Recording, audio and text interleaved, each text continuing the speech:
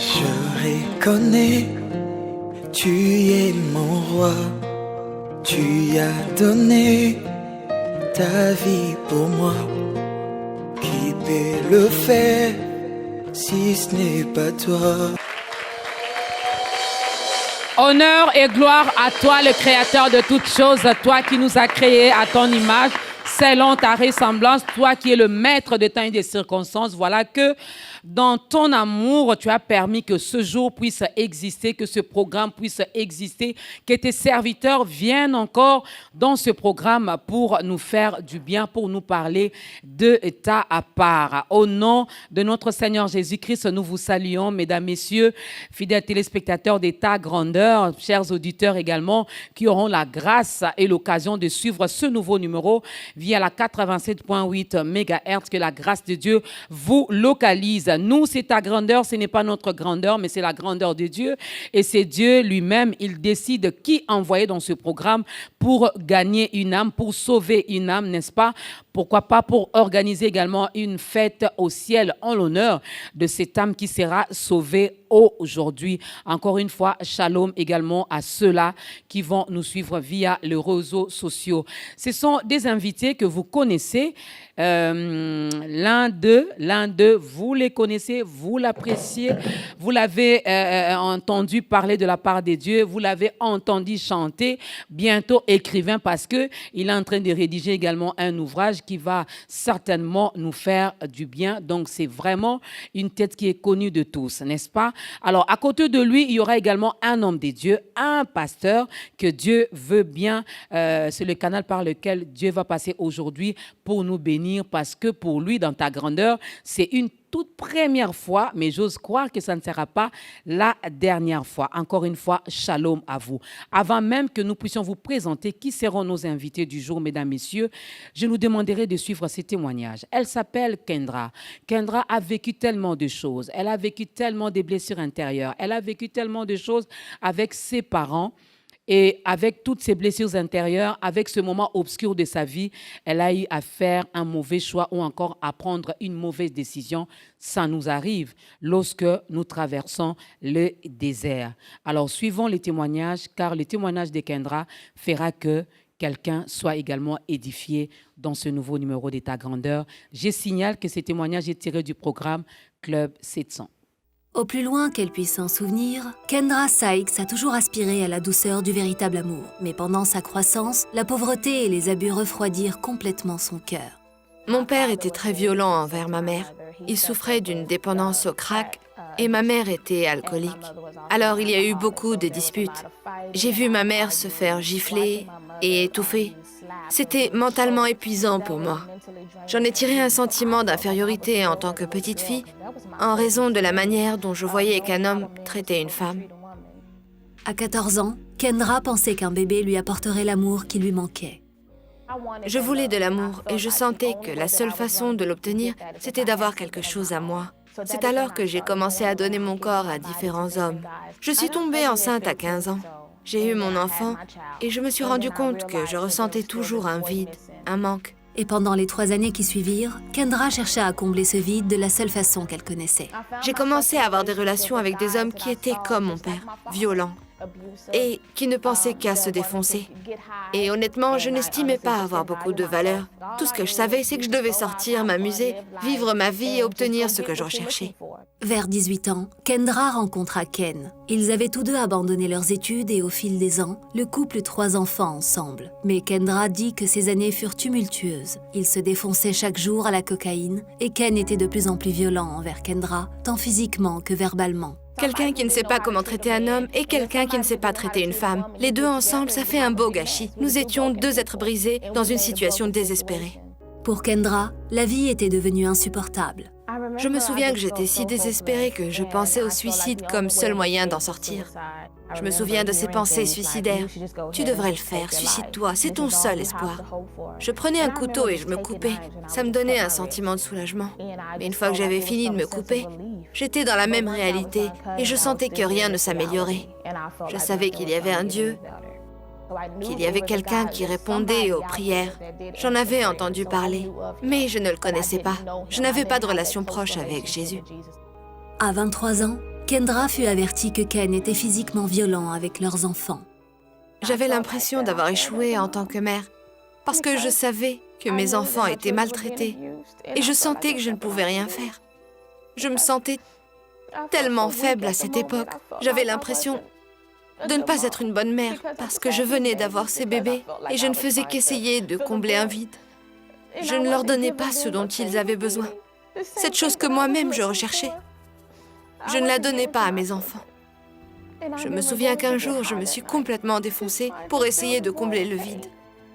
J'ai pris de la cocaïne de 9h du matin jusqu'à 18h.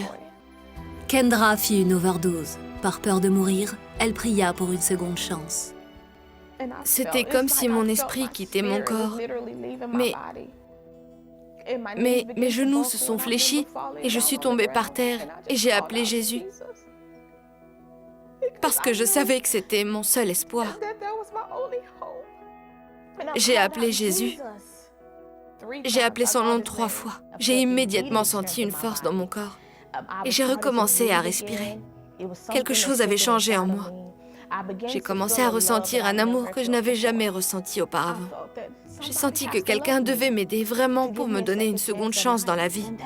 À ce moment, j'ai réalisé que tout ce que j'avais cherché, tous les vides que j'avais essayé de combler, ne pouvaient être comblés que par Jésus-Christ. Kendra est sobre depuis ce jour. Elle a commencé à fréquenter l'église régulièrement et à lire la Bible. Grâce à l'amour de Dieu, elle a enfin vu sa vie se transformer. Il m'a sauvée, il m'a donné une seconde chance de vivre, alors je veux vivre pour lui. La seule chose que je désirais était de connaître Jésus, parce que s'il m'aimait assez pour me sauver la vie et me donner une autre chance, je ne voulais rien d'autre. Je me considérais enfin comme une femme qui a de la valeur, une femme de vertu. J'ai commencé à me sentir comme celle que Dieu avait dit que j'étais. Finalement, le cœur de Kendra aussi changea. Je me souviens m'être mise à prier pour lui. Dieu me réveillait à 3h du matin et il me disait « Ne crois-tu pas que je puisse faire pour lui la même chose que j'ai faite pour toi ?» Alors mes prières pour lui se sont transformées. Un pardon s'est opéré et j'ai commencé à prier pour qu'il soit délivré. J'ai commencé à prier pour qu'il soit libéré. Kendra donna sa vie à Jésus et leur famille fut sur la route de la guérison. Elle put se mettre à grandir. Aujourd'hui, le couple vit un mariage heureux. Kendra dit qu'elle a trouvé l'amour qu'elle cherchait et bien plus encore.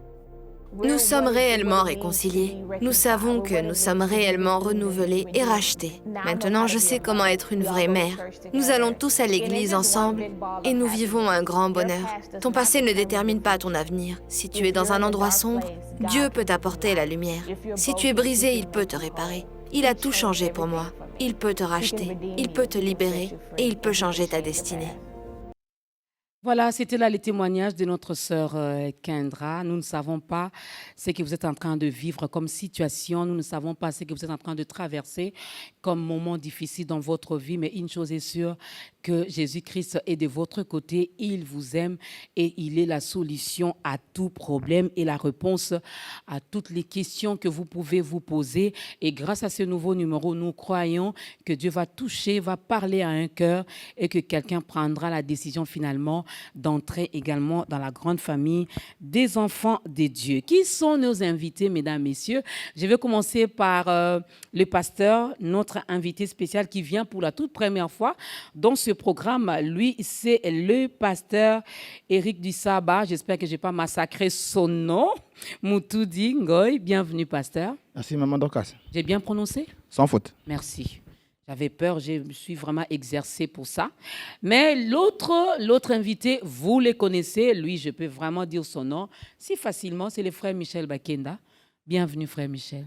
Merci, maman. Pasteur Michel ou frère Michel? Non, frère Michel. Alors, ça faisait longtemps qu'on vous a reçu. Yeah. Je me rappelle, le tout dernier numéro, c'était à cœur ouvert. À cœur ouvert. Parce que le frère Michel était passé pour nous parler avec son cœur. Et cela a béni plusieurs. Avez-vous également eu des échos? Oui, en tout cas, j'en profite encore pour vous remercier. Remercier également toute l'équipe Ta Grandeur. C'est une émission qui n'a pas seulement béni les gens qui nous ont suivis, mais moi-même aussi. Amen. En tant que personne, j'ai été béni quand je voyais ça. Je disais, waouh! Et surtout que j'étais en face de moi, quelqu'un qui était à l'auteur. Donc voilà, que Dieu vous bénisse. C'était une très bonne émission. Voilà. Amen. Est-ce qu'on peut acclamer Dieu pour ça? Ah, c'est Dieu, il est merveilleux. Alors, vous revenez aujourd'hui avec un thème que moi-même, je n'ai pas bien compris jusque-là, mais ensemble, avec vous, mesdames et messieurs, nous allons comprendre ensemble. Je suis votre bouche autorisée. Je vais poser la question à votre place. Je vais poser des questions à votre place et j'espère que les hommes de Dieu vont vraiment nous aider à comprendre et à bien décortiquer ce thème que je ne vais pas encore dévoiler. Ça sera juste après cette première chanson.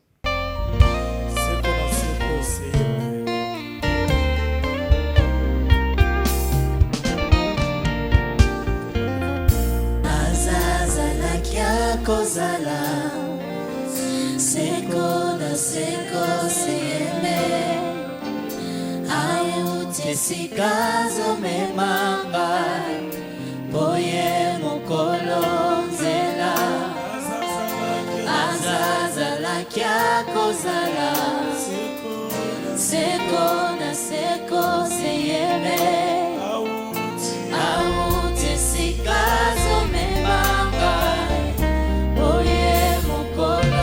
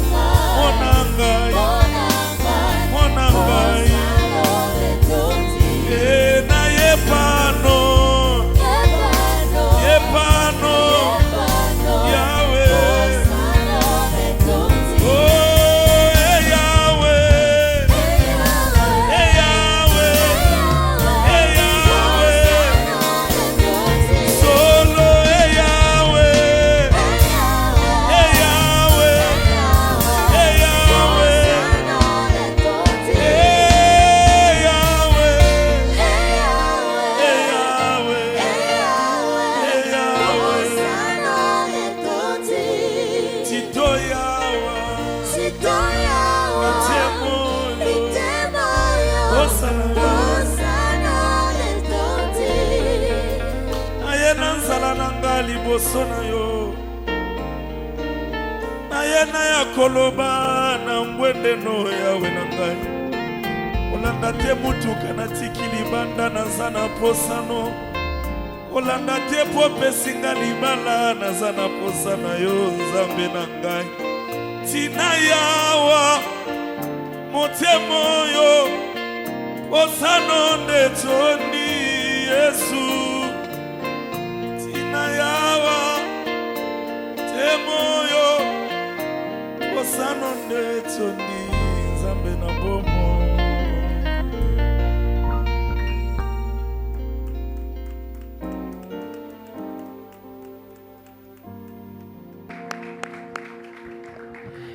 Mesdames, Messieurs, il a plusieurs casquettes. Il est chanteur de l'Éternel, c'est un prédicateur de la parole également, écrivain. Et aujourd'hui, il est parmi donc nos invités. Il va également répondre. Et il y a aussi un événement qui se prépare. J'espère que lorsque Papa Michel vient comme ça, c'est parce qu'il a une bonne nouvelle pour nous. Et j'espère que ça sera vraiment une bonne nouvelle également pour vous qui nous suivez en ce moment. Alors, pasteur Éric Dussaba, Frère Michel Bakenda, le cortège de Dieu. Yes. C'est ça notre thème, le cortège de Dieu. Et comme texte de référence, nous sommes dans Jean chapitre 2, du 1er au 8e verset. Vous pouvez méditer également là-dessus. Moi, je ne comprends rien. En tout cas, je ne comprends rien. Et aussi, ils ne comprennent rien. Nous voulons comprendre, pasteur. Moi, j'aurais voulu bien laisser le privilège à... Merci beaucoup. Alors, pourquoi nous avons choisi ce thème, les cortèges des dieux? Dans le livre de Genèse, parlant de l'histoire de Jacob, si vous permettez, la Bible nous dit « Et il songea et voici une échelle dressée sur la terre et son sommet touchait les cieux. Et voici les anges de Dieu montaient et descendaient sur elle. Et voici l'Éternel s'éteignait sur elle et dit « Je suis l'Éternel, le Dieu d'Abraham, ton père, et le Dieu d'Isaac. La terre sur laquelle tu te couches, je te les donnerai à ta sémence. » Alors, Jacob s'est retrouvé dans une situation où il était fatigué et s'est couché quelque part à la recherche de l'Éternel. Souvent, lorsque nous sommes fatigués, c'est parce que nous avons besoin d'un réconfort venant de Dieu. Et là où il s'est couché, la Bible nous dit que premièrement, il a d'abord commencé à voir les anges de Dieu en train de descendre et de monter. OK? Et c'est cela le cortège de Dieu. Lorsque nous disons le cortège de Dieu, c'est tout simplement pour dire à quelqu'un que notre Dieu ne se promène pas seul. À chaque fois que Dieu vient dans un lieu donné, parce que son nom est glorifié, il se promène avec tous ses attributs. Ce qui fait que lorsque tu l'adores parce que tu es stérile, tu l'adores par amour, parce que l'adoration, c'est un temps où des cœurs se parlent. Nous n'adorons pas Dieu pour qu'il nous donne ce que nous cherchons. L'adoration, c'est une histoire d'amour. Nous adorons Dieu parce que nous l'aimons. Mais il s'est fait que lorsque tu adores Dieu, puisqu'il est venu, il s'est fait accompagner avec beaucoup d'autres choses, entre autres sa gloire, entre autres des choses qui correspondent plutôt à tes problèmes à toi. C'est comme aujourd'hui, un bon matin, le président Fachi démarre sa voiture pour partir à un lieu donné où sa bande de sécurité n'est pas au courant. Le fait que le président ait démarré sa voiture pour sortir, toute sa ceinture se mobilise sans savoir où le président va. Parce que le président ne se promène pas seul. C'est ce qui se passe lorsque Dieu descend dans un lieu donné. Il amène avec lui tout son cortège. Il amène avec lui sa gloire. Il amène avec lui le verset qui dit « La stérile enfantera cette fois ». Il amène avec lui le verset du genre « 1000 tomberont à tes côtés, 10 000 à ta droite, tu ne seras jamais atteint ». En d'autres termes, c'est des choses qui font que lorsque tu pleures et que Dieu est là, il se pourrait que tu ne pleures plus. Okay. C'est lui qui pleure en adorant, il se pourrait que ce soit la dernière fois qu'ils sont en train de pleurer. Pourquoi? Parce que lorsque Dieu vient, Dieu se promène avec tout un cortège. Mais qu'est-ce qu'il attire? Qu'est-ce qu'il attire vers nous? Parce que Papa Michel dit lorsqu'il vient. Qu'est-ce qui fait qu'il vienne? Qu'est-ce qui l'attire vers nous? Est-ce que c'est du fait que nous pleurons? Non. La chose qui attire Dieu, c'est automatiquement lorsque son nom est cité. J'aime le dire à Lingala, c'est-à-dire Nzamba yoga solo ya kombo nae. Et ce qui est bon dans ces choses, c'est qu'on peut l'invoquer en Inde, au Pakistan, à Kinshasa, partout dans le Congo, partout en Afrique et partout dans le monde. Il répond à chaque personne qui le répond au même moment. À chaque fois que son nom est cité, même dans son cœur. C'est-à-dire que tu peux dans ton cœur, tu ne dis pas Dieu, mais dans ton cœur, tu le désires, il se manifeste dans ta vie. Pasteur. Voilà. C'est toujours un peu compliqué quand on, on a dit ça comme ça à côté. Vous nous avez donné un très bon passage, c'était Jean chapitre 2, le verset 1er jusqu'au verset 8e. On parle des noces de Cana. Et on dit généralement, c'est vrai que c'est le tout premier miracle de Jésus et c'est là qu'il a manifesté sa gloire. On dit qu'il y a eu des noces à Cana en Galilée, que Jésus était invité, mais la Bible ajoute avec ses disciples. Jésus est invité, mais avec ses disciples. Alors je voudrais aller dans le même sens que ce que disait le frère Michel, ce que Dieu ne vient jamais seul. Donc Jésus, quand il vient, il a aussi son cortège. Et dans son cortège, il y a ses disciples qui l'accompagnent. Mais ce que j'aime beaucoup dans la manifestation de Dieu qui vient quelque part, lorsque ses attributs l'accompagnent, ses attributs revêtent généralement pas seulement ce qu'il est, mais ça prend la forme du besoin que nous avons. Alors c'est pour ça que Dieu a pu porter plusieurs noms de par ce que les gens ont vécu avec Dieu. Vous voyez, Abraham pouvait l'appeler un Dieu qui pourvoit. Quelqu'un d'autre pouvait dire qu'il est le Dieu qui est ma bannière. Quelqu'un d'autre pouvait dire il est mon rocher. Mais c'est selon le besoin. Mais ce que Dieu est vraiment, c'est ce qu'il est. Ce que Dieu est, c'est ce qu'il est. Je vais m'expliquer. Dieu apparaît à Moïse et lui dit, Moïse, écoute, va libérer mon peuple. Tu leur diras que le Dieu de leur père est venu les visiter. Mais Moïse pose une question. Il dit, mais s'ils ne croient pas, je leur dirai que qui m'envoie? Parce que tu es censé porter un nom comme tout Dieu porte un nom. Et Dieu dira que je m'appelle Je suis. Il dit, dis-leur, je suis celui qui suis. Et si on s'arrêtait juste là, maman Dorcas, c'est suffisant pour Dieu. Et si j'étais en train d'écrire la Bible avec Moïse, j'aurais dit à Moïse, s'il te plaît, tu peux ajouter des points de suspension simplement. À côté de je suis, tu mets des points de suspension. De manière à ce que pour la stérile, Dieu dira, je suis celui qui donne des enfants. Pour celui qui est malade, il dira, je suis celui qui guérit. Pour celui qui est dans le besoin, il dira, je suis celui qui pourvoit. Dieu est au fait, je suis. C'est comme ça que lorsqu'il parlera aux Juifs en son temps, je parle de Jésus, il leur dira, mais Abraham, votre père, a vu mon jour. Et il s'en est réjoui. Mais ils lui disent, toi tu n'as même pas 50 ans, tu dis avoir vu Abraham.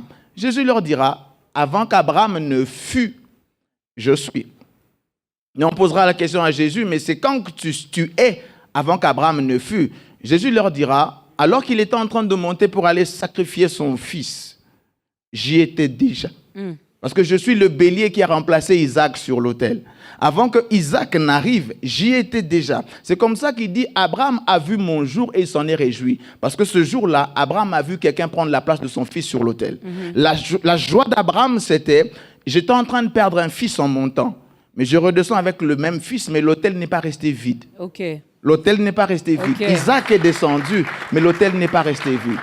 Parce que celui qui monte sur l'autel, c'est lui dont Dieu avait véritablement besoin. Quand Dieu demande à Abraham, Isaac, Dieu n'a pas besoin du sang d'Isaac, il a besoin du cœur d'Abraham. Et c'est au fait ça l'adoration. L'adoration n'est jamais le sang de quelqu'un parce que Jésus a pourvu pour le sang. Amen. Mais l'adoration, c'est le cœur de l'homme qui rencontre le cœur de Dieu. Et vous savez, j'ai vu que vous portez un anneau, vous êtes mariés. Quand vous êtes avec votre homme dans votre intimité, vous êtes ce qu'il y a de plus libre. Loin des regards des hommes, libre de parler, libre de vous mouvoir comme vous voulez. Pareil quand on est dans la présence de Dieu dans l'adoration. C'est un cœur qui en rencontre un autre où on est libre de dire ce que l'on veut, libre de faire ce que l'on veut dans le cadre de l'intimité qu'il y a avec Dieu. Donc lorsque nous sommes en train de dire que Dieu ne vient pas seul, il est au fait accompagné de beaucoup de choses. Je voudrais ajouter quelque chose qui passe dans mon esprit maintenant. Lorsque le souverain sacrificateur entrait dans les lieux très saints pour offrir le sacrifice, mais quand il sortait, il est une chose qui faisait voir qu'il revenait. C'était les bruits des clochettes qu'il y avait autour de sa robe. Ça, en fait, ça annonçait qu'il était en train de revenir. Même si on ne le voyait pas, avec les oreilles, on pouvait entendre les bruits des clochettes. Même si on ne voyait pas le souverain sacrificateur, mais par le mouvement qu'il faisait, on sentait qu'il est encore vivant et il est en train de marcher. Pareil pour Dieu aujourd'hui. Même si on ne sait le voir, les actes qu'il produit sont comme des clochettes qui signifient que le chef est en train de venir. Même quand le chef de l'État vient, on ne l'a pas vu, on voit un motard qui vient à 1 kilomètre avant lui. Et après ce motard, il y a 2 autres motards, il y a une jeep pour le voir enfin venir. Pareil pour notre Dieu. Il y a ces signes qui l'accompagnent et il y a ces miracles qui l'accompagnent en attendant qu'on le revoie encore face à face. Mais Dieu ne vient jamais seul parce qu'il a un cortège des miracles, il a un cortège des bénédictions, un cortège de témoignages qui nous accompagnent nous aussi pour témoigner que Dieu ne marche jamais seul. Dieu ne marche jamais. Ah, tu fais bien d'acclamer le cortège de Dieu. J'aime bien. Même l'exemple que vous avez donné.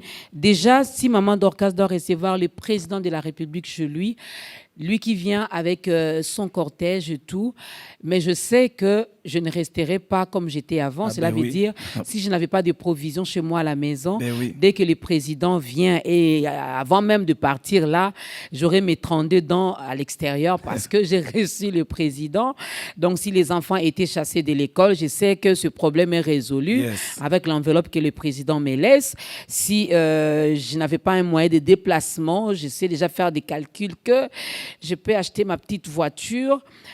Mais revenons à Dieu, qui ne vient pas seul. Il vient toujours accompagné. Il est accompagné également de ses anges qui opèrent. Comme Jacob avait vu, il a vu les anges qui montaient et qui descendaient. Pour dire qu'ils étaient là avec lui, ils sont montés, ils sont redescendus. Alors, et lorsqu'ils montent, c'est pour prendre les besoins. Ils prennent des choses là-bas pour nous ramener ici. Mais qu'est-ce qui fait que Dieu vient? Je suis en train d'adorer. Je sens même sa présence. Mais après, je rentre avec ma situation à la maison. Je donne un exemple. Je viens avec ma maladie. Dans sa présence, j'ai pris, j'adore. On prophétise même pour moi. Mais j'avais une douleur, mais je rentre avec cette douleur. Comment vous expliquez cela, pasteur Papa Michel? Je pense que je vais ouvrir une petite branche. Dans le cortège de Dieu, il y a aussi ce que j'appellerais le témoignage.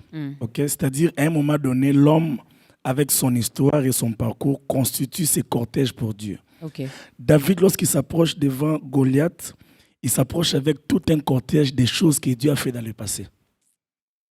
C'est-à-dire qu'à un moment donné, les épreuves constituent notre témoignage. Et c'est ça, les cortèges.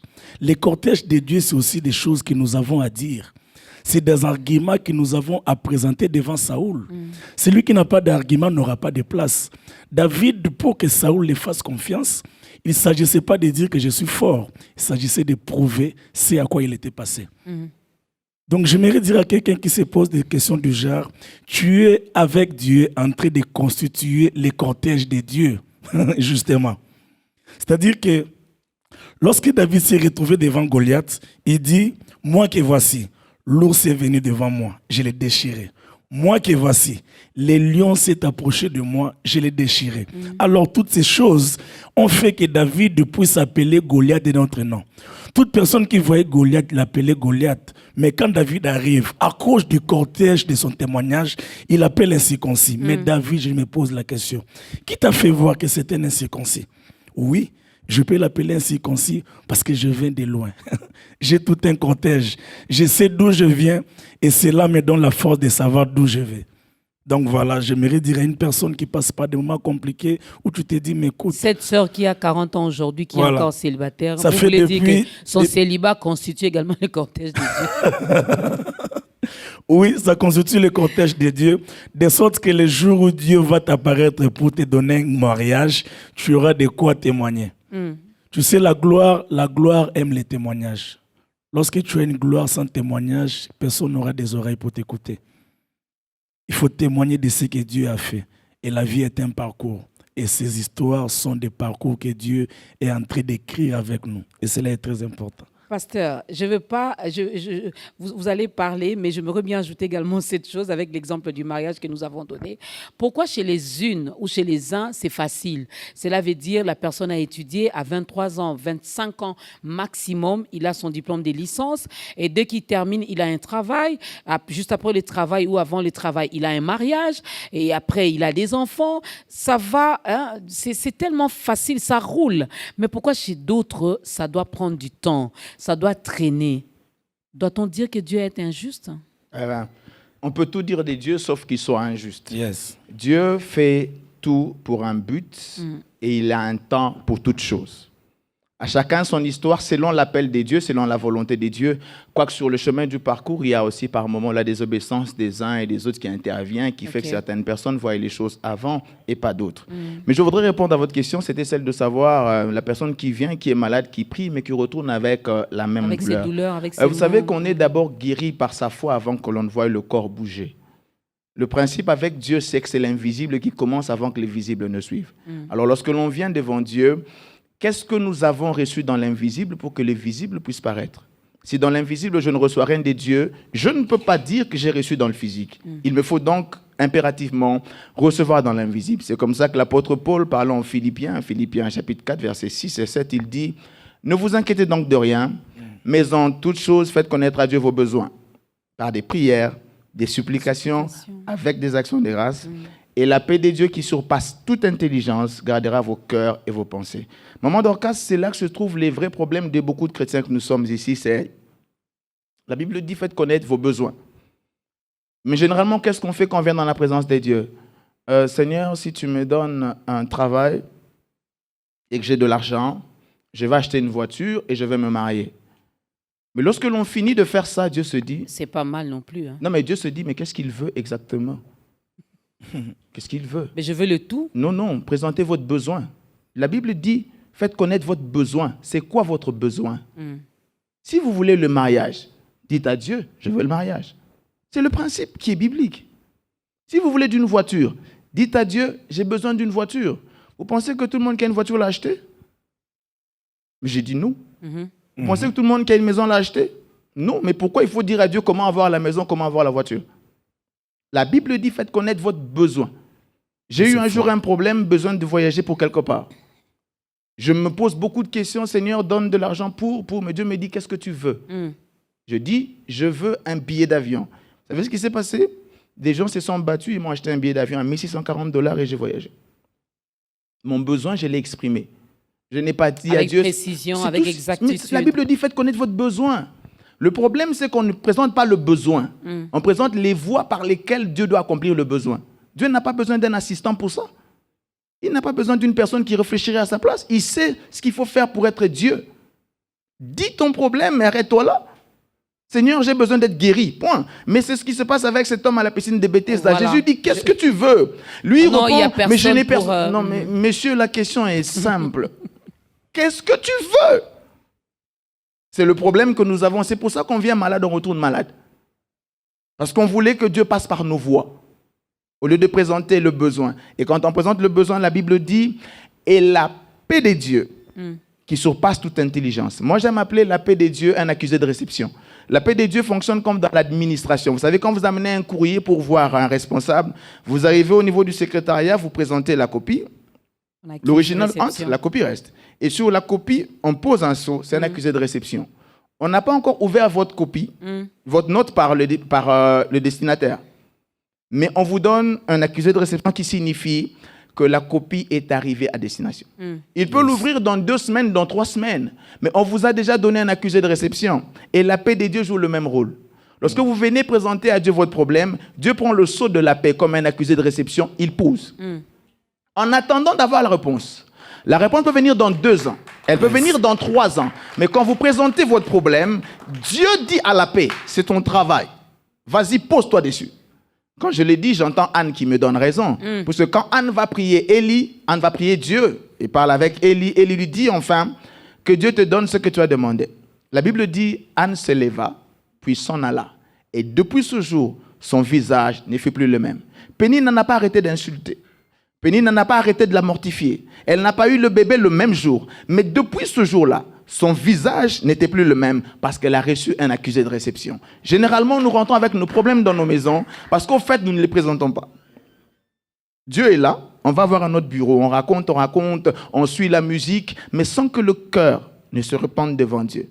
Mais quand le cœur est répandu devant Dieu, il est impossible de repartir avec son problème. Même si j'ai encore la douleur sur moi, mais si je sais que j'ai vu Dieu et que j'ai reçu un accusé de réception, je sais que la chose finira par arriver. Amen. Mais il est Dieu, non? La Exactement. Bible me dit qu'il est omniscient, il sait tout, il connaît tout. Bien. Même si je ne formule pas bien ma demande, même si je ne dis pas exactement ce que je veux, mais lui qui sait tout, qui sonde même nos cœurs, Laurent, donc il sait que Dorcas a besoin d'une voiture. Oui, mais Dieu... Est-ce qu'il a encore besoin de cette précision? Pourquoi? Jésus dit, vous ne recevez pas parce que vous demandez mal. Comme quoi Dieu veut qu'on demande bien. Très important. Vous voyez? Il dit, vous ne recevez pas. Non pas parce que vous ne demandez pas, mais vous demandez mal et vous demandez pour satisfaire vos propres passions. Essayez d'imaginer, maman Dorcas, que Dieu voulait que vous restiez stérile pendant 5 ans. J'ai dit, Dieu voulait. Mais vous venez prier pour avoir un enfant. Vous pensez que vous l'aurez? Mais il peut me dire, dans 5 ans, au moins, je vais rester patiente, je vais garder ma tranquillité.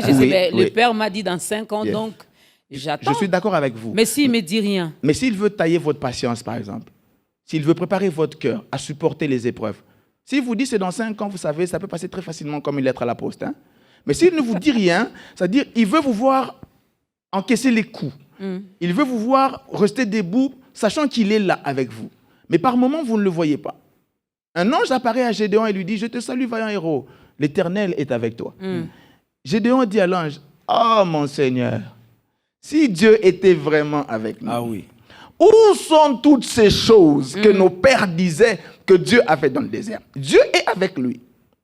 Mais lui avait voulu une évidence dans le domaine du physique et du matériel pour se rendre compte de la présence de Dieu. Vous savez, une voiture, ce n'est pas synonyme de la présence de Dieu. Le mariage, ce n'est pas synonyme de la présence de Dieu. Une guérison dans le corps, quoique bien, n'est pas synonyme de la présence de Dieu. Donc Dieu peut vouloir une chose pour vous et il peut seulement vous dire, attends. Il ne dit pas oui, il ne dit pas non, il dit j'ai entendu. Feu, mon père disait généralement, Quand tu demandes à papa, il dit j'ai entendu, ça veut dire que j'ai entendu. Et les j'ai entendu de mon père, il ne faut jamais venir rappeler. Mais il a déjà écrit dans son cahier, ça pourra prendre 2 mois, 3 mois. Un bon matin, il va t'appeler, il dit, l'autre fois tu avais demandé, tiens ce que tu as demandé. Donc si on sait vivre avec Dieu dans la pleine confiance, on ne pourra jamais penser qu'il est méchant. On ne pourra jamais penser que je vais acheter une chose et puis je donnerai la parole au frère Michel. C'est de penser que Dieu a un couteau pour nous tuer. Vous savez, lorsque Abraham monte avec Isaac dans Genèse 22, la Bible dit Abraham prit le bois, le feu et le couteau. C'est ce que la Bible dit. Mais quand Isaac parle à son père Abraham, il dit, Père, il y a ici le feu et le bois, mais où est l'agneau? Isaac ne dit pas à son père, il y a aussi le couteau. Cependant, Abraham a pris le couteau. Et ça, c'est l'attitude du bon fils devant son père. De ne jamais croire que le père a un couteau contre toi. Isaac dit, il n'y a que le feu et le bois, mais il ne parle pas du couteau, quoique le père avait le couteau. Et malheureusement, aujourd'hui, avec Dieu, nous voyons Dieu avec un couteau à tout moment. Quand tu passes par une épreuve, c'est le couteau que toi tu vois. Dieu veut seulement me tuer. Quand tu passes par une épreuve compliquée, tu te dis, Dieu veut m'humilier alors que ce n'est pas le cas. C'est parce que ça fait mal. Mais le fils ne doit pas le voir. C'est comme papa était en train de dire quand elle parlait le fait d'attendre un enfant, si Dieu avait prévu que tu sois stérile pendant 5 ans. Vous savez, papa dit Saba, Anne était en train de demander un enfant à Dieu. Mais Dieu avait prévu pour Anne un faiseur de roi. Yeah. Et lorsque Dieu prévoit un faiseur de roi, il y a des méthodes de Dieu qu'il faut suivre. Tu ne peux pas imposer à Dieu de te donner la chose que toi tu veux. Et pourtant, Dieu voit dans cette chose beaucoup d'autres choses qui viendront. Amen. Donc, Dieu crée notre patience. Et ce que j'aime, pendant le moment où Dieu crée notre patience, Dieu s'arrange à ôter la chose qui tue. Chose qui fera que Anne, il faut que tu saches que tu finiras par toucher les Samuel de ta vie. Parce que Dieu a ôté la chose qui tue dans ces problèmes.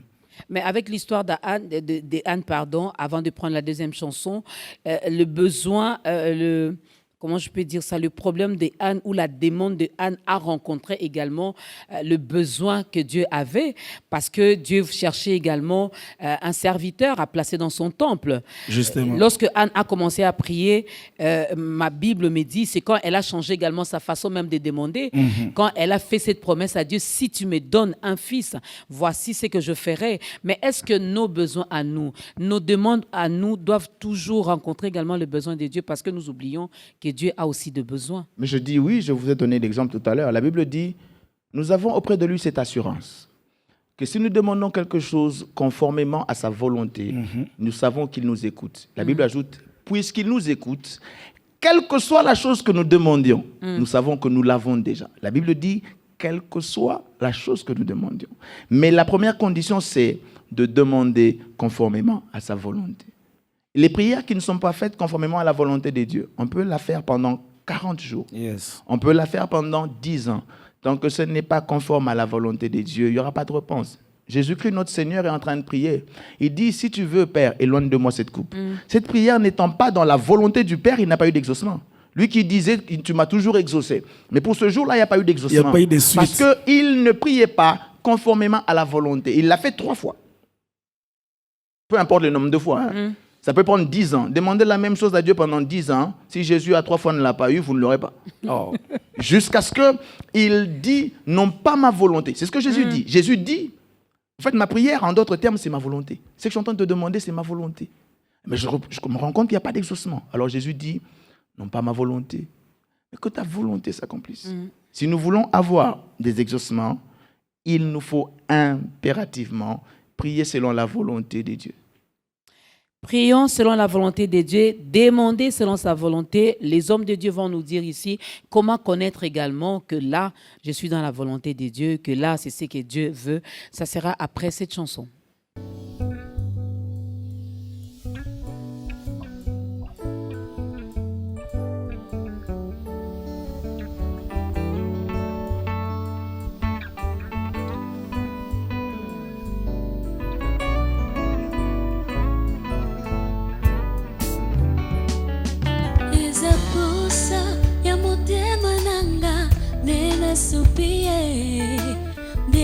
Sopie liboso na yo Yahweh motuya kozala se na makolo na yo okumbanga na mozindo na yo Yawe eza posa ya motema nanga nde nasopie liboso na yo Yawe ya motuya nazala se na makolo na yo okumbanga na mozindo na yo eza posa nanga ya motema nanga nde nasopie yango nasopie ya motuya nanga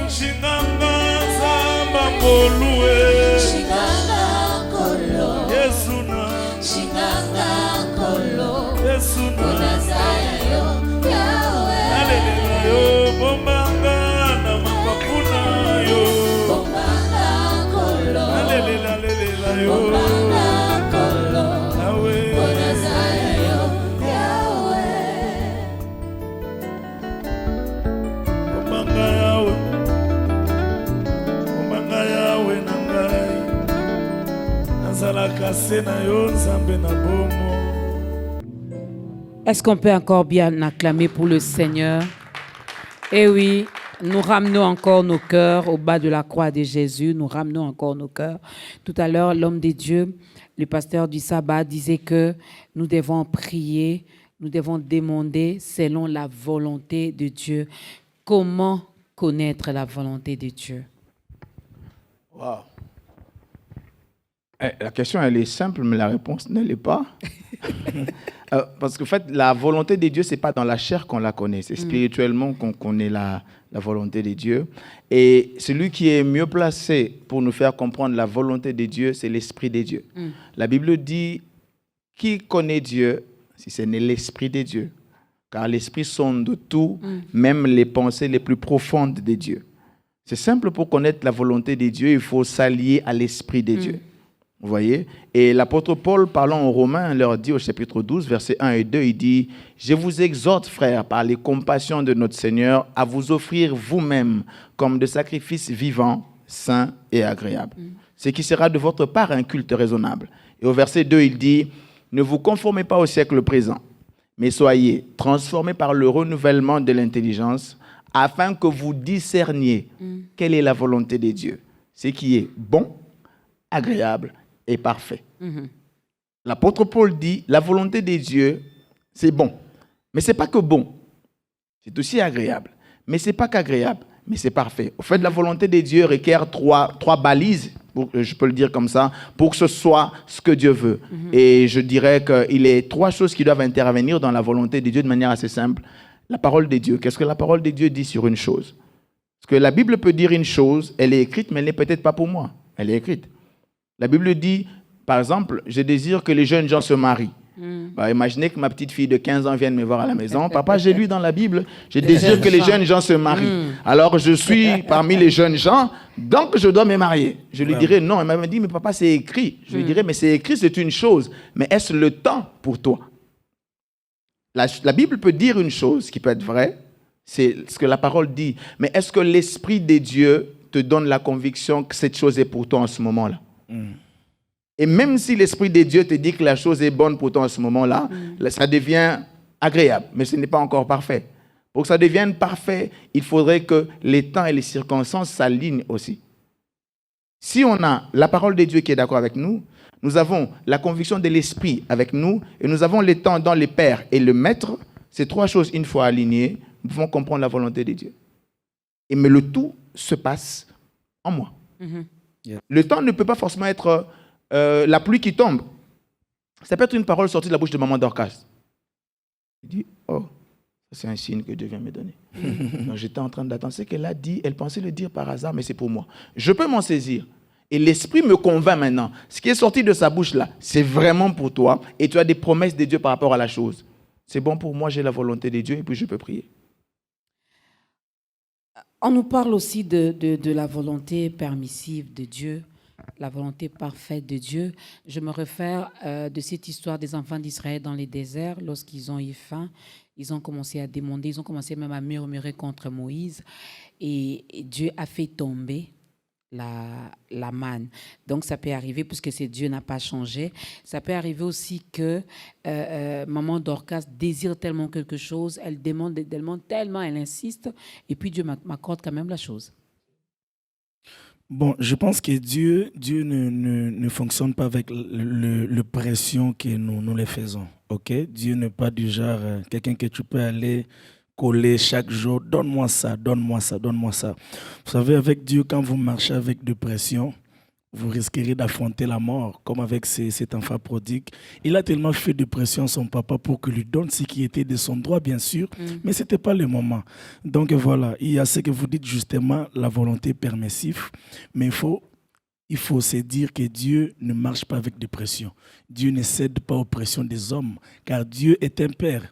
Le Père, c'est qui est bon pour son Fils, et Dieu nous donne des bonnes choses au bon moment. Vous savez, par rapport à Anne était en train de prier pour que Dieu lui donne de l'enfant. Elle a fait beaucoup de temps par rapport à ce même problème. Dieu ne l'accordait pas toujours d'enfant. Mais lorsque la volonté de Dieu est venue, la volonté de Dieu vient par l'Esprit de Dieu. Et lorsque la volonté de Dieu arrive, l'Esprit de Dieu nous inspire quel type de prière nous devons faire, parce que la volonté de Dieu est là. La volonté de Dieu, c'est l'urgence de Dieu. Quand la volonté de Dieu sonne, le ciel est mobilisé pour que tu obtiennes la chose. La chose qui a faite, que lorsque Anne a compris que c'était la volonté de Dieu, l'Esprit de Dieu lui a conduit de pouvoir prier cette fois-là en faisant parler son cœur. Parce que Anne était en train de prier, mais l'homme de Dieu n'écoutait pas. Mais le jour où elle décide de faire parler son cœur, la Bible nous dit que le prophète s'est approché pour la dire, écoute, je ne peux écouter ce que tu as dit, mais apparemment tu as l'air ivre. Anne a dit non, je laisse parler mon cœur parce que je suis une femme avec un cœur rempli d'amertume. C'est-à-dire que la volonté de Dieu accompagnée par l'Esprit de Dieu a inspiré à Anne ce qu'elle devait faire pour que la pluie tombe du ciel par rapport à cette situation. Vous comprenez ça? Donc, la volonté permissive de Dieu, c'est dans la volonté de Dieu. La volonté permissive de Dieu, c'est pas parce que l'homme a tellement insisté. C'est pas parce qu'on a voulu le faire faire. Non. Même lorsqu'il avait permis que les enfants d'Israël puissent avoir la manne, c'était dans sa volonté. Je ne sais pas si je suis dans le bon ou pas. Moi, je dirais ceci. Vous savez, moi, j'ai quand même grandi en suivant le catch à la télévision. Hein. Généralement, à la fin du catch, on dit ceci: ne faites pas ça chez vous. C'est généralement ce qui est écrit. Alors, je veux dire, ne faites pas ça chez vous. Ne demandez pas à Dieu une chose qu'il ne veut pas vous donner. Ne faites pas ça chez vous. Les conséquences sont réelles. Comme on dit dans le catch américain, là, les conséquences sont réelles. Vous savez, quand les enfants d'Israël demandent à Dieu la manne, ils font une pression. Dieu donne la manne. Mais regardez ce qui se passe. Ils en avaient encore dans la bouche que Dieu a commencé à les tuer. Vous demandez, Dieu donne, mais ils avaient encore ça dans la bouche et Dieu a commencé à les tuer. Et j'ai généralement dit, moi je crois à la volonté de Dieu. Je laisse maintenant, si on va le diviser en 2, en 3, mais libre à celui qui voudra les diviser comme ça. Mais Dieu, ce qu'il fait pour nous, c'est bon, c'est agréable et c'est parfait. Et la bénédiction de Dieu ne se fait pas suivre de chagrin. Dieu ne l'accompagne pas ainsi. Yes. Ce que Dieu donne est bon, c'est agréable et c'est parfait. Alors, si on veut avoir une chose parce qu'on se dit, X avait tellement fait de pression que Dieu a donné. Je dirais, comme le frère Michel a dit, Dieu de toute façon avait prévu de les nourrir. On doit être d'accord là-dessus. Dieu, parce qu'il sait quand même qu'ils vont faire 40 ans dans le désert, il est suffisamment responsable. Je ne sais pas comment il allait faire. S'il allait faire qu'il n'ait pas faim pendant 40 ans, eh ben, il l'aurait fait. S'il allait faire que le pain puisse pousser sur le sol, je ne sais pas comment il allait faire, mais Dieu, dans sa provision, avait forcément prévu une chose pour eux. Et moi, je dis donc au peuple de Dieu, ne faites pas ça chez vous. Ne demandez pas une chose à Dieu qui, vous savez, n'est pas à vous ou n'est pas dans le temps de Dieu pour vous. Dans son cortège, lorsqu'il vient, puisqu'il ne vient pas seul, est-ce que dans son cortège, il vient seulement avec mon besoin, avec la réponse à ma question, ou je peux le dire comme ça, hein, pour exagérer aussi, ou il vient avec des surplus? Puisque j'ai demandé le mariage, il vient seulement avec le mariage. Puisque j'ai demandé un travail, il vient seulement avec du travail. Ou comme c'est un père formidable, il peut également ajouter les matabisi, comme on dit à Kinshasa. Si je peux répondre, Maman Dorcas, vous avez parlé des surplus. Mais j'aimerais dire à quelqu'un que dans les cortèges de Dieu, il n'y a pas que des choses agréables. Dans les cortèges de Dieu, il n'y a pas que des choses qui vont nous plaire. Dans les cortèges de Dieu, il y a la formation également. Vous savez, lorsqu'on reçoit le Seigneur, on nous annonce une bonne nouvelle. Et lorsque nous entrons dans ce terrain, c'est avec plaisir de voir, waouh, qu'est-ce qu'il va faire. Mais généralement, c'est des combats que nous rencontrons. Généralement, c'est de plaire. C'est des choses de... Tu es dans une chorale, tu as reçu la promesse de Dieu que quand tu es là-bas, quand tu vas chanter, Dieu passera par toi. Mais tu as comme l'impression que tout le monde ne t'aime pas. Mais ça, c'est dans le cortège de Dieu également. Mais ce que j'aime avec ces choses, c'est que Dieu finira toujours par te faire du bien. Donc il est important ici, quand nous sommes en train de parler dans le cortège de Dieu, nous amène beaucoup d'autres choses, mais au finish, c'est la gloire qui nous est accordée. Même les choses qui nous font mal, c'est pour sa gloire. Et moi, je vais aller dans ce sens-là. Généralement, ce que Dieu nous donne, quand nous demandons à Dieu, il est une chose que nous ne faisons pas généralement, c'est de lire la notice. Difficilement, nous lisons la notice quand nous demandons à Dieu des choses.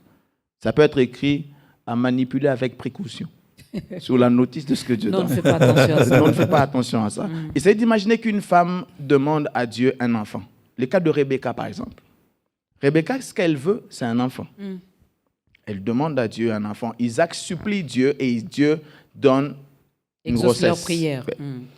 Mais quand elle tombe enceinte, elle se rend compte que dans son ventre, les enfants sont en train de se battre. Alors Rebecca va dire, mais si c'est dur aussi, c'est aussi dur que ça, j'aurais pas dû tomber enceinte.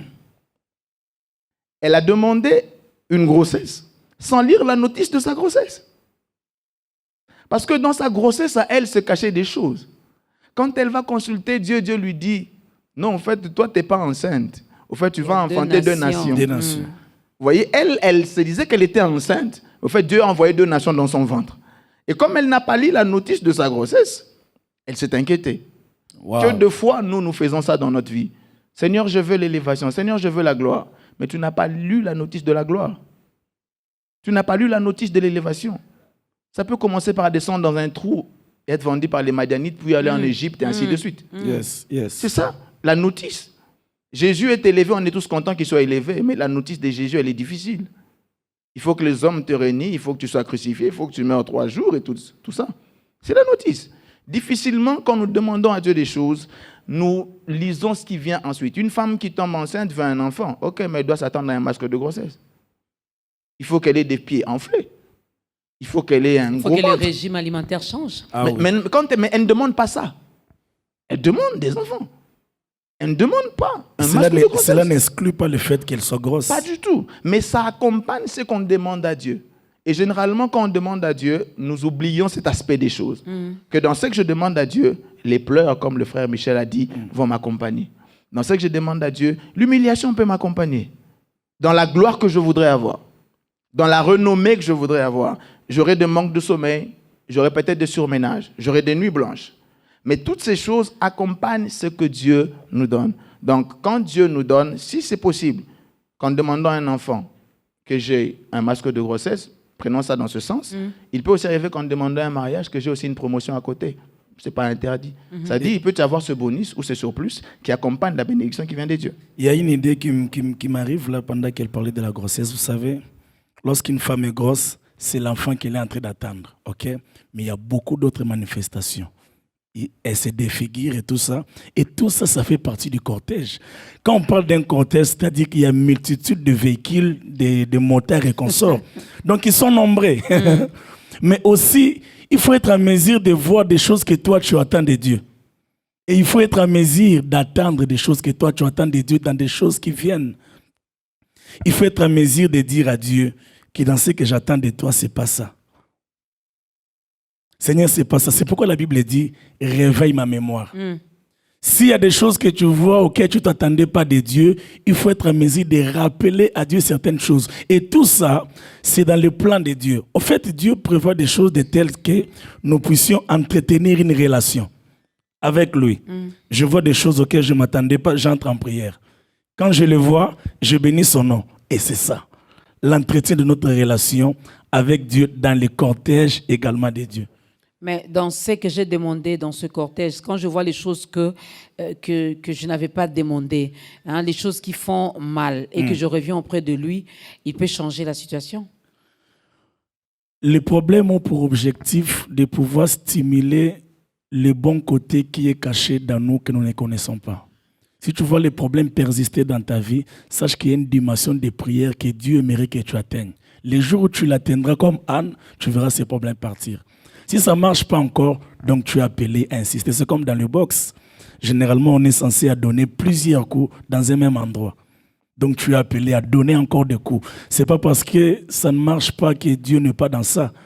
Ou parce que tu ne vois pas encore la chose que Dieu doit maintenant changer. Non.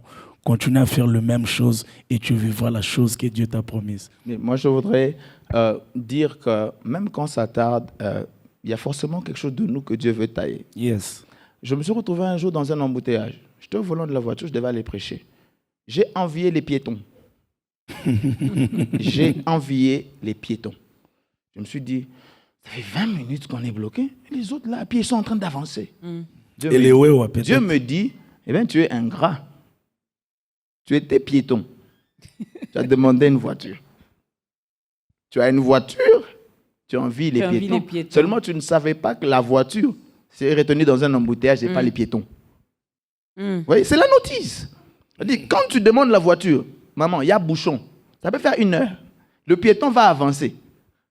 En ce moment-là, il sera heureux d'être piéton. Mais le jour où il va pleuvoir, il regrettera d'être piéton. C'est-à-dire, chaque chose par laquelle on est en train de passer avec Dieu, chaque dimension a ses réalités, a ses problèmes. Yes. Donc, je ne peux pas vouloir les changer, sinon je ne suis plus dans la dimension en question.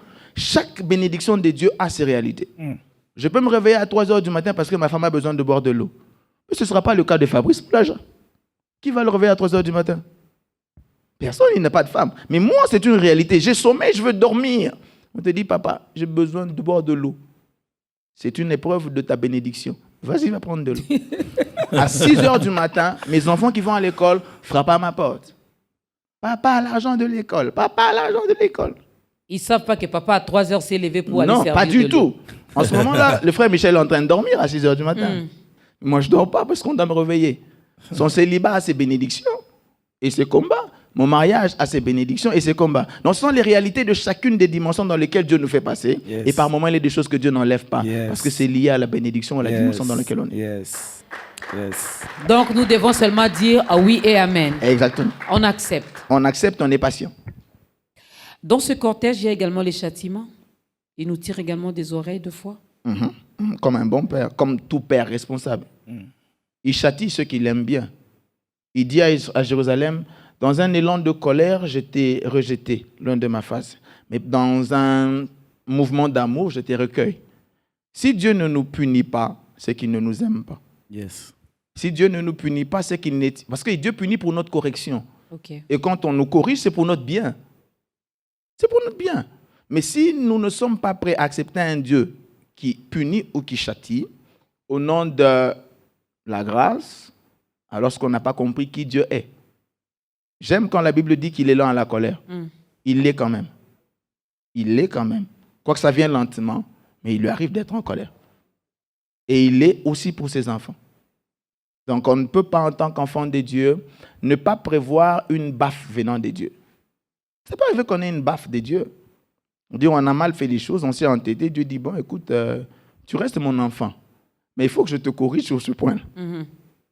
Une situation arrive, un incident arrive, tu te rends compte, tiens, j'ai perdu quelque chose ici. Ça, c'est Dieu qui a retiré ça. Peut-être que cette chose est devenue l'objet de ton attention. Peut-être que ça a pris beaucoup plus de place que Dieu. Ça prend plus de ton temps dans la prière. Dieu dit que je vais retirer la chose. Ça peut être des amis. Ça peut être un certain confort. Dieu peut te prendre, même un être humain, un être cher, parce que seulement cette chose commande à prendre sa place. Cette chose devient l'objet de toute votre attention au lieu que ce soit vers Dieu. Donc c'est possible que Dieu punisse en tant que bon père et qu'il châtie. C'est un bon père, mesdames, messieurs, c'est un père formidable. Il nous parle, il nous punit, il nous fait passer également dans certaines écoles pour bien nous tailler, pour bien nous former. Voilà pourquoi on l'appelle même souverain potier. Et l'argile entre ses mains ne parle pas. Entre les mains d'un potier ne parle pas. Pour dire non, mais je voulais que tu me fasses, que tu me formes comme ça. Pourquoi tu m'as taillé comme ça? Non, non. Alors, entre les mains de Dieu, ben, on s'abandonne. Pasteur, nous voulons donner également l'occasion à cette personne qui nous suit, qui veut bien s'abandonner encore entre les mains de Dieu, qui veut bien aujourd'hui que Dieu soit également son Père, qui veut bien que Jésus-Christ fasse son entrée dans sa vie, qui devienne le maître de sa vie. Si vous pouvez regarder la caméra qui est en face de vous, aider cette personne à faire son entrée dans la grande famille des enfants de Dieu. Je vais y aller avec le passage qui nous a été proposé en début d'émission. C'est Jean chapitre 2. On a invité Jésus à un mariage, mais quelque chose d'inattendu, de pas forcément agréable est arrivé, parce que le vin a manqué. Heureusement pour cet homme qu'il avait Jésus dans sa fête. Jésus présent a pu changer les choses. Jésus a redonné saveur à une vie qui n'en avait plus. Il a redonné la joie à une fête qu'il avait perdue. Je voudrais dire à quelqu'un que Jésus peut redonner un sens à ta vie. Il peut donner un sens à toute ton existence. Tu peux penser que ta vie a un sens parce que tu as de l'argent. Tu peux penser que ta vie a un sens parce que tu prends un avion. Mais ta vie n'a aucun sens si tu es perdu pour l'éternité. Ta vie n'a aucun sens si après ta mort, ce n'est pas vers Dieu que tu iras. La Bible dit à quoi sert-il un homme de gagner le monde entier si à la fin il perd son âme. Et je suis là pour te parler pour le salut de ton âme, pour le rachat de ton âme. Jésus est venu, il a donné de sa vie afin de te sauver, pour te reconnecter au Père, pour te reconnecter à ta source. Et je voudrais bien que tu fasses avec moi cette prière, mais le plus important, c'est que ton cœur reconnaisse que tu es perdu par toi-même et que Jésus seul te suffit afin de te reconnecter vers le Père. Si tu veux bien, tu peux prier avec moi. Dieu Tout-Puissant, j'ai entendu ta parole. Je reçois ta parole dans mon cœur. Je renonce aux œuvres de la chair, car je sais que la chair ne conduit qu'à la mort. Je te reçois dans mon cœur pour que tu guides mes pas, pour que tu me conduises afin que je sois la personne que tu veux que je sois et que j'accomplisse les desseins pour lesquels tu m'as voulu sur la terre. Je renonce au diable et aux œuvres de la chair et que ton esprit me conduise aujourd'hui et à jamais. Amen.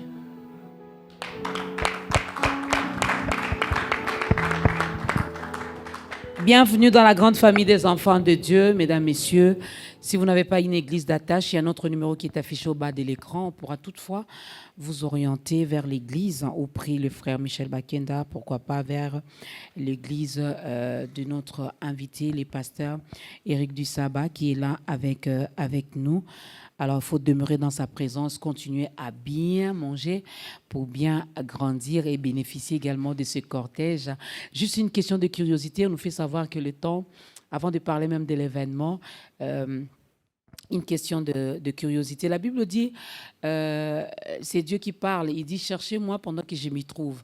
Est-ce que ça arrive aussi à un moment donné où Dieu est absent, il n'est pas là? S'il arrivait à Dieu de ne plus être là, ça veut dire qu'il n'est plus Dieu du tout. Alors, expliquez-nous ce passage. Parce Dieu est vous savez que même en enfer, il y a une partie des dieux en enfer. C'est la colère des dieux. En enfer, il y a une nature de Dieu aussi qui est sa colère. C'est-à-dire en enfer, il y a des gens qui seront punis par la colère de Dieu, pas par la colère du diable. Donc, il n'est pas un endroit où Dieu n'est pas, mais il est des moments qui sont favorables pour chercher Dieu. Ok. Qu'est-ce que je suis en train de dire? Il est des temps où Dieu est décidé de faire une chose en ce moment-là. Dieu peut te dire, prie maintenant. Il y a un moment où vous êtes debout, vous voulez dormir, Dieu vous dit, non, lève-toi, prie maintenant. C'est le moment favorable. Pas parce que 2 minutes avant, ça ne le sera pas, parce que 5 minutes, ça ne le sera pas, parce que Dieu a voulu que ce soit ce moment-là qui soit pour un moment de prière. Mais quand Dieu dit, cherchez-moi pendant que je me trouve, pendant que je suis là, c'est quand vous avez aussi la force de chercher Dieu. Vous savez, il peut arriver que Dieu ne soit pas parce qu'il n'est pas, mais c'est aussi allégorique. La vieillesse peut être un moment de faiblesse, mais on peut l'appliquer à la jeunesse aussi. C'est-à-dire, on peut dire, vous êtes vieux, non pas parce que vous n'avez plus de force, ou vous avez perdu beaucoup de temps dans la vie, mais parce que vous êtes incapable de faire certaines choses. Vous êtes incapable de faire ce que vous faisiez hier. La rétrogradation spirituelle peut être une forme de faiblesse, aussi une forme de vieillesse. Mais quand Dieu dit qu'on le cherche pendant qu'il se trouve, il veut qu'on le prie quand il veut qu'on le fasse. Parce qu'il n'est jamais absent. Il n'est jamais loin. Il n'est jamais parti en voyage. Il est toujours avec nous. Il est toujours avec nous. Papa Michel, c'est sur ce plateau de ta grandeur. Je me rappelle, il y avait juste vous, moi, et aussi un frère qui jouait, je crois... On a même trouvé ici. Le frère Blaton qui nous a aidés. C'était improvisé en pianiste. Voilà. Alors, vous nous aviez dit que vous allez vous retirer. C'était également sur recommandation divine. Alors, aujourd'hui, vous revenez encore sur ce plateau de ta grandeur. Je l'avais dit que vous aviez une bonne nouvelle à nous annoncer. Vous reprenez avec la scène? Oui, par la grâce de Dieu, nous avons cette bonne nouvelle parce que nous pensons que c'est une bonne nouvelle. Alors la bonne nouvelle est que par la grâce de Dieu, c'est dimanche 15 novembre, nous allons donc effectuer nos premiers pas comme si c'était la première fois de pouvoir dans le roi Monasika. Donc voilà, effectuer notre tout premier concert de l'année. Depuis que l'année avait commencé, nous pensons que c'est le bon moment de pouvoir le faire. Et vous savez, ce que j'aime avec les bons moments, quand les bons moments sont dans la vie d'une personne, tout ce qui s'attache est juste de ces bons moments. Comme c'est un bon moment pour nous de pouvoir adorer Dieu, je pense que toute personne qui viendra entrera dans un bon moment de sa vie également. Donc venez pour passer de bons moments pendant les bons moments que Dieu a prévus pour nous. Le cortège sera au rendez-vous, mais cette fois-ci, ce cortège sera rempli de bonnes choses. Yabolamu, cortège dans mon pico, cortège à Bana. Le 15 novembre, c'est déjà le mois prochain. Le 15 novembre, à quelle heure? Ça sera où précisément? Ça se passe au Fleuve Congo Hotel à partir de 16h. Donc, votre contribution, si je peux le dire comme ça, est relevée à $20. Et vous savez que nous travaillons toujours avec la Fondation Michel Bakenda, qui, à chaque fois qu'il y a des activités, nous en profitons également pour poser des actions humanitaires et consorts. Mais aussi, nous sommes soutenus ou accompagnés par une fondation, Fondation Ouidal. Donc, nous aurons le temps de travailler avec la Fondation Ouidal pour poser des actions humanitaires également. 15h, C'est un dimanche. 16h un dimanche. C'est un dimanche. Un dimanche. Donc après nos différents cultes, nous allons nous rendre à l'hôtel du Fleuve. À l'hôtel du Fleuve, on m'a même fait comprendre que ça avait changé de nom. C'est ce que j'aurais appris. Ouais, ça menait un nom compliqué que je ne maîtrise pas. Voilà, j'aurais appris. Mais sinon, ça sera là-bas, hôtel du Fleuve, à partir de 16h, dimanche 15 novembre. Ce n'est pas un droit d'entrée. Au nom droit d'entrée, paf. C'est juste votre participation, votre contribution également, parce qu'une partie de cette somme sera pour redonner encore le sourire aux orphelins de la Fondation Michel Bakenda. Le pasteur du sabbat sera là aussi? Automatiquement, donc. Vous allez chanter ce jour-là? Je peux tout faire sauf ça. Je fais tout sauf ça. Non, il faut commencer. Moi, j'ai commencé. Je sais que ceux qui sont de ce côté, je refuse de citer leur nom. Je t'avais interdit. Ils refusent toujours que je chante. Ceux qui sont de ce côté. Non, moi j'ai commencé déjà à m'entraîner. D'ici là, un duo. Moi j'attends vous voir faire et puis je verrai le résultat. Oui, bientôt. Mais je ne compte pas. Je pense que ça sera le jour de ta suspension. Heureusement que je ne serai pas suspendu au ciel. Donc Dieu sera content d'entendre sa fille Dorcas en train de chanter. Alors, comment faire pour contacter le frère Michel Bakenda? Alors, pour nous contacter, je pense qu'il faut nous écrire sur notre site, via notre site internet, michelhardibakenda.com, ou encore écrire sur hardibakenda@.com. Donc voilà, tous vos messages nous parviendront. Il y a toute une équipe qui s'occuperont de vous. Voilà. Ok. Nous allons quand même donner l'occasion également à l'homme de Dieu, le pasteur Éric Dissaba, Moutou Dingo. Et tout à l'heure, je l'ai taquiné avant l'émission pour dire que ce n'était pas congolais. Non, il a confirmé que c'est vraiment congolais. Alors, pasteur, en quelques secondes, parlez-nous du ministère du Jubilé. Oui, le ministère du Jubilé, c'est le nom du ministère que je dirige. Et l'église, le ministère du Jubilé a dans son sein l'église dont je suis pasteur responsable, c'est l'église Rehoboth Church. Okay. L'église Rehoboth Church se trouve à Lemba. Okay. Actuellement, nous sommes sur l'avenue Bangamelo. L'administration va m'excuser puisque je n'ai pas retenu le numéro de la maison. L'administration pourra m'excuser pour ça.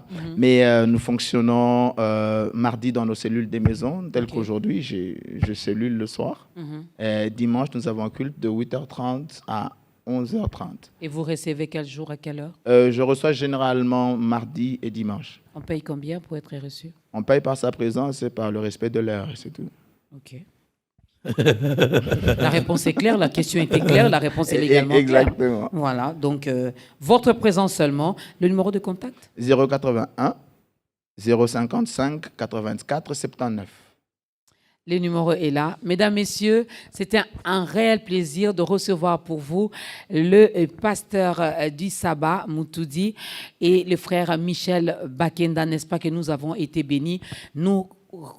Nous retenons que lorsque Dieu vient, il ne vient pas seul.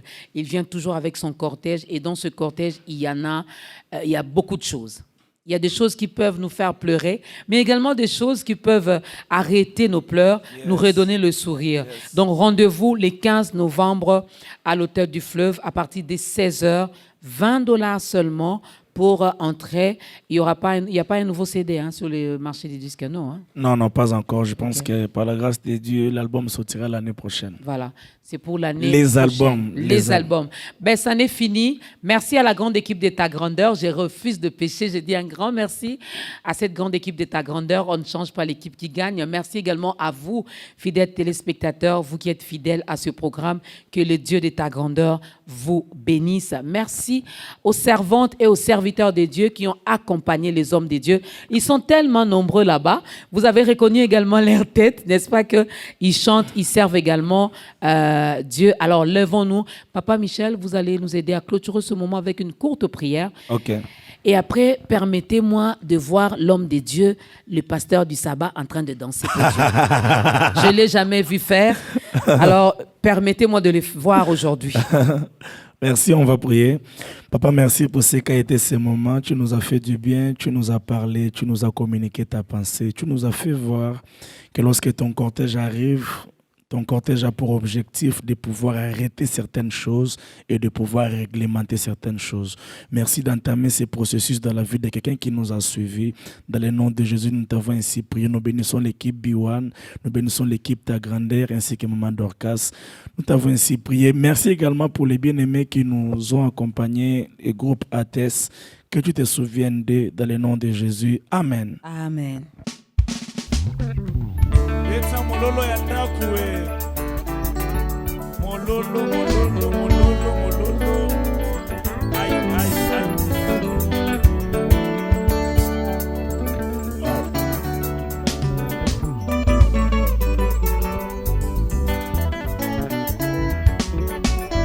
Soko eta. Etsuwe ina. Aïe. Kembo na zambe. Etonde mokili. Kolo na bilembo azane mosikatio azana motema na ngai ofanda lokola mokolo lombango ozoko sandengo lingi samba kobetela milolo esayo mona pate kumama na ngoya o ngoya o kumama ngoya o ngoya o yawe yo moni yo yawe yo moni yo emisika semba bolingo pesa elope obekatene yo faya ero nana butata bitumba kasiete abame papa mikolo abutata kobote isaka te mitoni zamba bakombo kombo dinoso bengela ngai benanga na kombo na ngai pona rejoindre kombo yango okuma makasi ngoya o ngoya o ngoya o ngoya o yawe yo moni yo yawe yo moni yo oyebisika semba bolingo pesa eleli kolo tozosanzola yo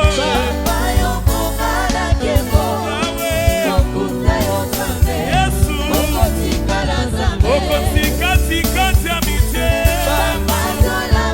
kolo tolobi boye tokopesa nzembo yeselonga na ngai ya yeselo alenga kumame yo shilo kumame yo babina binawe rokasa bina binawe alenga kumame yo Yesu kumame yo yo yo yo mulami wa bantu ni bitu byabwe Yesu yo yo yo yo yo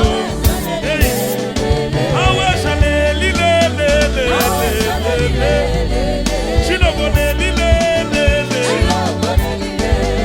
ukale ngane li le le le le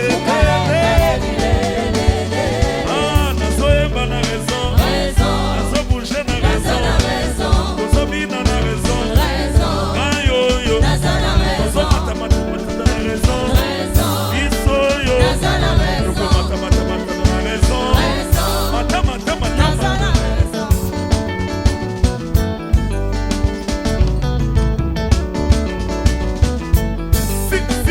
Adagadadi. Mata mata mata mata. Bozo mata bia batwanda kumata. Sigidikidi, sigidikidi, sigidikidi. Si, si. Hey. Hey.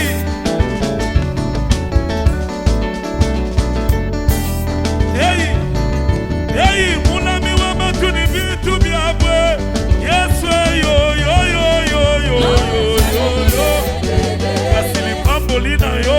Batela, batela. Si te plaît bomba yango. Batela, batela. Yaya nanga pambolina yo. Batela, batela. Ta grandeur bomba yango. Batela, batela, batela. Alelelele. Si. Pambolina yo. Batela, batela. Doka se kapinga bomba yango mi. Batela, batela. Mama nanga libala na yo. Batela, batela. Mama doka se bomba yango. Batela, batela. Espace, espace. Toka toka toka toka. Si.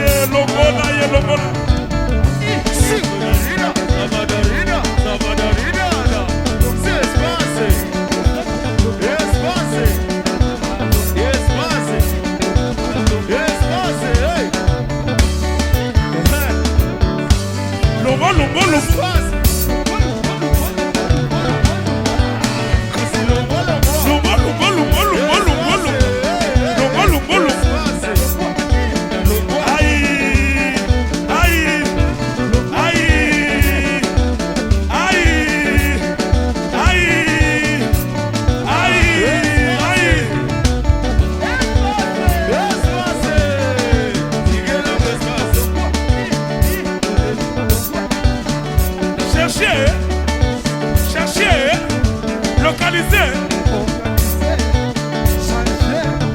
chercher, Sabeni, chercher, Luka likambo na yo, Evana likambo na yo, Espace,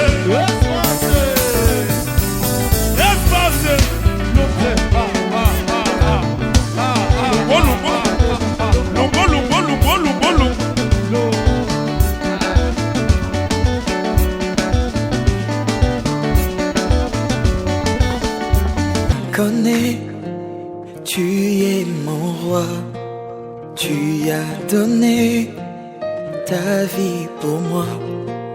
Qui peut le faire si ce n'est pas toi?